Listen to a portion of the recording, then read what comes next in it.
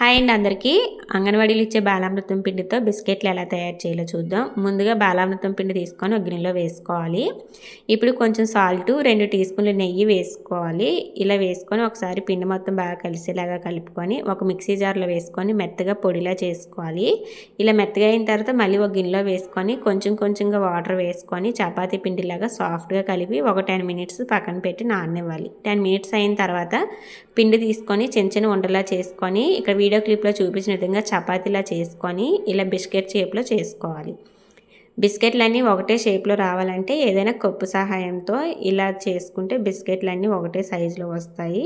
బిస్కెట్లన్నీ ఇలా తయారు చేసుకున్న తర్వాత పైన కొంచెం సన్నగా కట్ చేసిన బాదం పప్పు కానీ జీడిపప్పు కానీ ఉంటే గార్నిష్ చేసుకొని పక్కన పెట్టుకోవాలి. ఇప్పుడు స్టవ్ ఆన్ చేసి స్టవ్ మీద అడుగు మందంగా ఉండి కుక్కర్ని కానీ కడాయి కానీ పెట్టుకొని స్టాండ్ పెట్టుకోవాలి. స్టాండ్ లేకపోతే ఇక్కడ నేను పెట్టినట్టు బాక్స్ పెట్టుకొని పైన బిస్కెట్ల ప్లేట్ పెట్టి కుక్కర్ మూత పెట్టి పైన విజిల్ బెల్ట్ తీసేసి 25 to 30 మినిట్స్ వరకు కుక్ చేసుకోవాలి. 30 మినిట్స్ అయిన తర్వాత చూస్తే బిస్కెట్లు అయితే రెడీ అయిపోయి చూసారా ఎంత బాగా వచ్చాయో. టేస్ట్ కూడా సూపర్గా ఉన్నాయి. ఒకసారి మీరు తప్పకుండా ట్రై చేయండి. పిల్లలు అయితే చాలా ఇష్టంగా తింటారు. ఆ వీడియో కానీ మీకు నచ్చినట్లయితే లైక్ చేసి కామెంట్ చేయండి. అలాగే మన ఛానల్ని సబ్స్క్రైబ్ చేసుకోండి.